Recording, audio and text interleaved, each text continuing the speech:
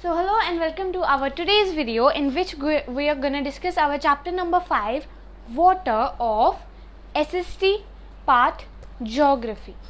So now let us start our chapter which is about water. So what is the first para? That when you think of water, what images come to your mind? You think of rivers, the waterfalls, the pitter patter of raindrops, water in your taps. Children love to float paper boats in the rain puddles. By noon the puddles vanish. Where does the water go? अभी आपको first पैरे में क्या दिया गया कि जब आप पानी के बारे में सोचते हो तो आपके दिमाग में क्या आता है? आपके दिमाग में आते हैं रिवर्स आती है, ठीक है, आपके दिमाग में वाटरफॉल्स आते हैं, आपके दिमाग में जो रेन ड्रॉप्स होती है वो भी आती हैं, और जो वाटर ड्रॉप्स होते, जो वाटर होता है आपके टैप्स में जो आता है, आप उसके बारे में सोचते हो। एंड जो बच्चे होते हैं उनको पेपर बोट्स बना के रेन के जो पडल्स होते हैं, रेन के पडल्स का क्या मतलब है कि जो रेन से जो गड्ढे होते हैं उनमें पानी भर जाता है, उन्हें हम रेन पडल्स बोलते हैं। By the Noon the puddles vanish, के अभी आप देखोगे अगर रात को बारिश हुई और सुबह को जब आप देखोगे तो जो पडल्स होते हैं वो वैनिश हो जाते हैं, there are no puddles there. या फिर आप ऐसा भी बोल सकते हो कि अगर सुबह बारिश हुई तो शाम तक जो आपके जो गड्ढे बनते हैं पानी के वो वैनिश हो जाते हैं। तो वो कहाँ जाते हैं, उनमें जो पानी होता है वो कहाँ जाता है? The sun's heat causes evaporation of water into vapour. When the water vapour cools down it condenses and form clouds. के अभी वो जाता कहाँ है, जो पानी होता है वो कहाँ जाता है कि जो सन की हीट होती है वो इवेपोरेशन करती है पानी की इवेपोरेशन का मतलब कि जो वाटर होता है वो वाटर वेपर में बदल जाता है, और फिर वो क्या करता है, वो एटमॉस्फेयर में ऊपर ऊपर ऊपर ऊपर चले जाता है, और फिर वो ऊपर जाके क्लाउड्स बन जाते हैं। From there it may fall on the land और the sea in the form of rain, snow और स्लीट। फिर वहाँ से जब वो क्लाउड्स बन गए तभी ऐसा हो सकता है कि वो धरती में रेन के रूप में गिरे, स्नो के रूप में गिरे, या फिर स्लीट के रूप में। The process by which water continually changes form a circulate between ocean atmosphere and land is known as water cycle। कि अभी ऐसे क्या होता है, एक साइकिल सा बन जाता है वाटर का। अभी मानो कि ओशन है, ठीक है, उसमें सुबह पानी इवेपोरेट हो रहा है एंड फिर वो ऊपर जाके क्लाउड बन गया, फिर बारिश आके दोबारा वो पानी ओशंस में ही चला जाता है, फिर वो पानी इवेपोरेट होता है, फिर वो क्लाउड्स बनता है। तो ऐसे करके एक साइकिल सा बनता है जिसको हम बोलते हैं वाटर cycle.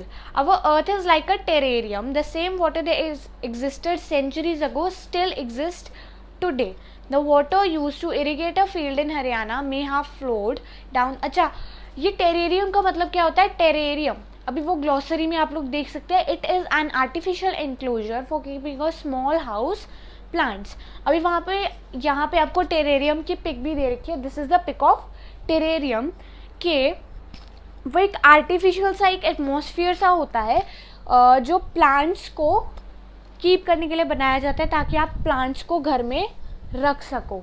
तो जो हमारा जो अर्थ है, ठीक है, वो भी एक टेरेरियम की तरह है। Our earth is like a terrarium कि the same water that existed centuries ago still exist today. कि सालों पहले तक जो वाटर था वो अभी एग्जिस्ट करता है। The water is used to irrigate a field in Haryana. The water used to irrigate a field in Haryana may have flowed down the Amazon River 100 years ago। कि अभी मान लो जो पानी आप अपने खेतों में यूज़ करते हो वो अगर आप मान लो कि अमेजोन रिवर से आया, मतलब वो पानी कहीं से भी आ सकता है एंड वो सालों पहले का पानी भी हो सकता है। And the major sources of fresh water are the rivers, ponds, springs and glaciers. The ocean bodies and seas contain salty water. The water of the ocean is salty or saline as it contains large।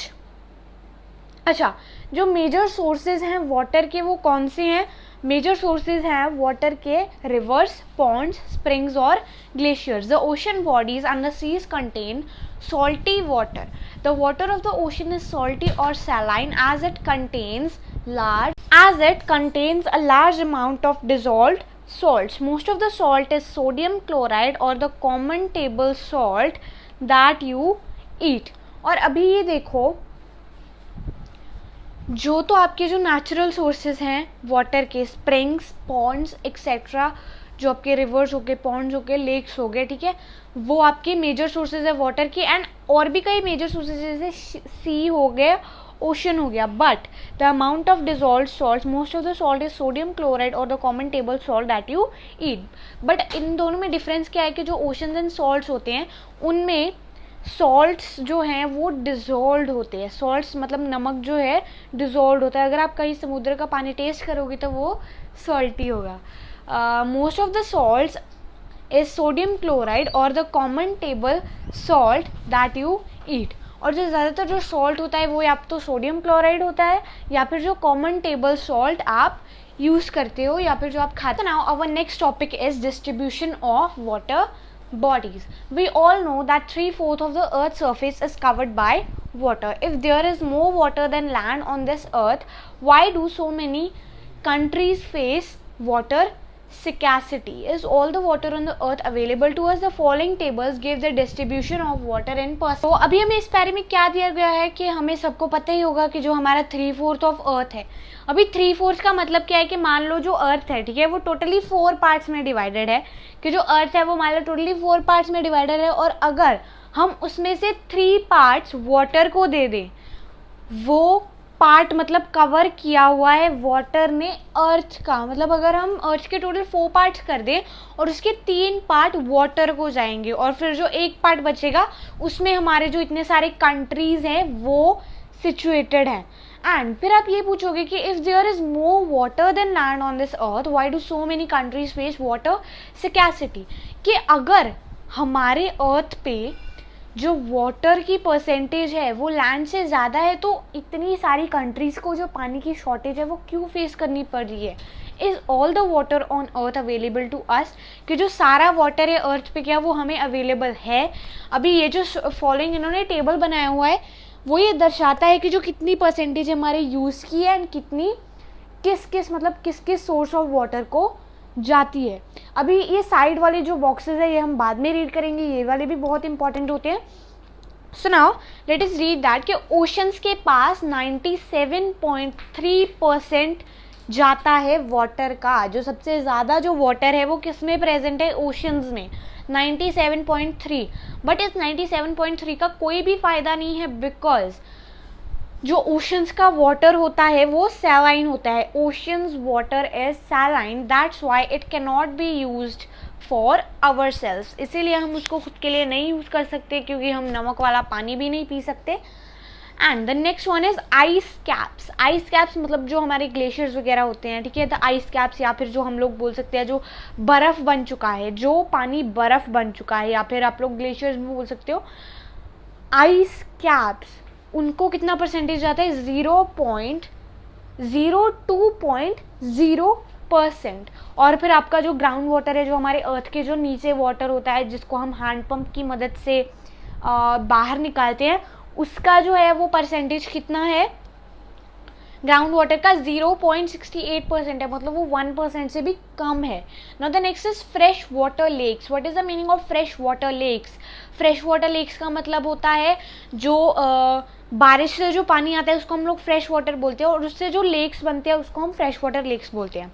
And इसको कितना पानी जाता है, 0.009%, मतलब ground water से भी ज़्यादा कम.